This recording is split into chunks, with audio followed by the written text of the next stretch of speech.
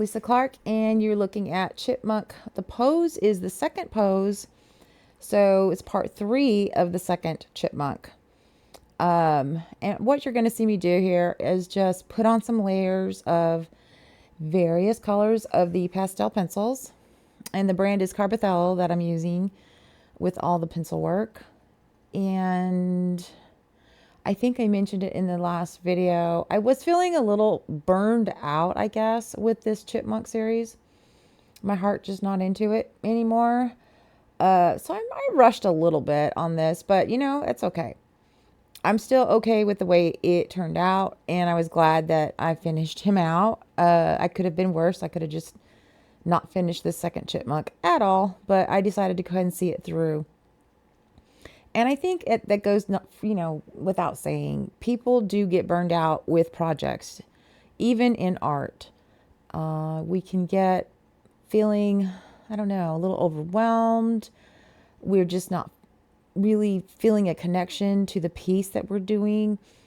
And we've all been there, and it's okay to feel that way. It's all right. We can call it whatever. You can call it an art block. You can call it, whatever you want. The end result's pretty much the same. You're just not feeling it. You're not feeling like you want to finish the project. Well, I'm here to say you'd be better off just to go ahead and see it through. If you need breaks, definitely take the breaks. I completely agree with taking breaks. I do it. I think it's healthy. Just take a break.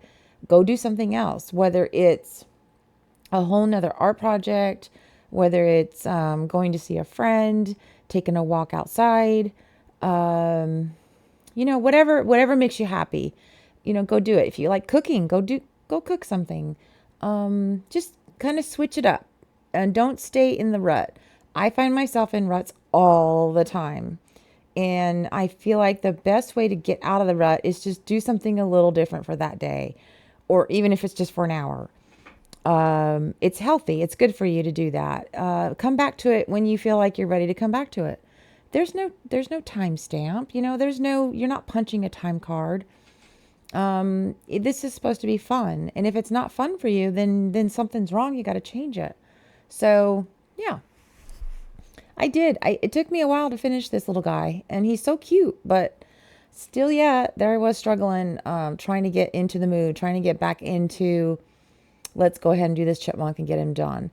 So it's normal. There's nothing wrong with that. But in my mind, I know I want to get it done. I may come back to it in a week. I may come back to it in an hour. It just depends.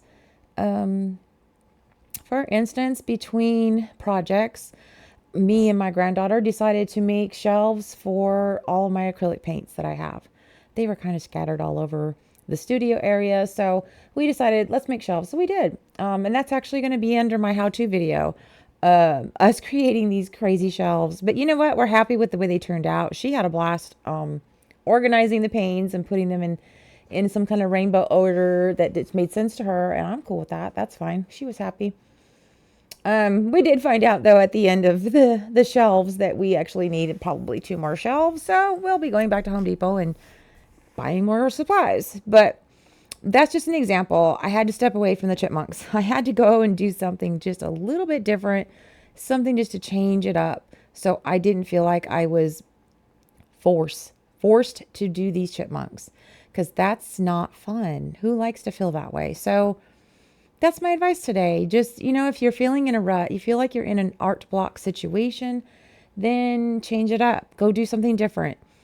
It'll come back to you. It will. I promise it will. It will come back to you.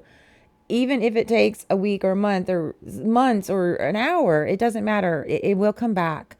Sometimes we just need to take a step back and just look at something different. So that's my advice for the feeling that way. We all have been there. We've all experienced it.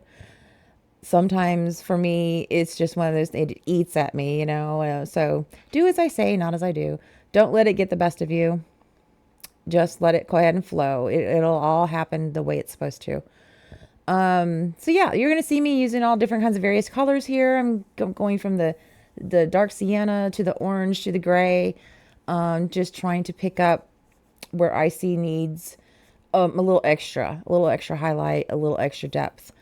The white, I've said this before, when you see white on, especially on an animal, it's not white. It's actually variations of the white.